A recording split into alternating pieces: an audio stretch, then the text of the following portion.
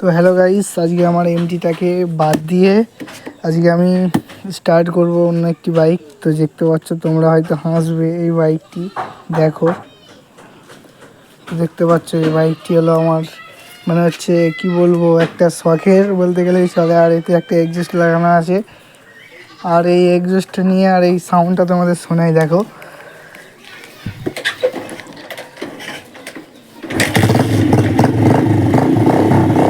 সাউন্ডটা শুনে নাও তোমরা।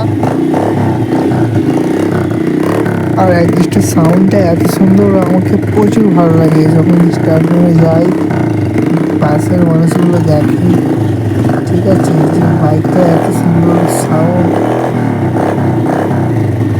মোটামুটি আর এমটিটা খুব বেশি চালানো হয়নি, কারণ এটা চালাতে দেয়নি, বাড়ি থেকে বারণ আছে। তো ওই বাইকটাই স্ট্যান্ড করি।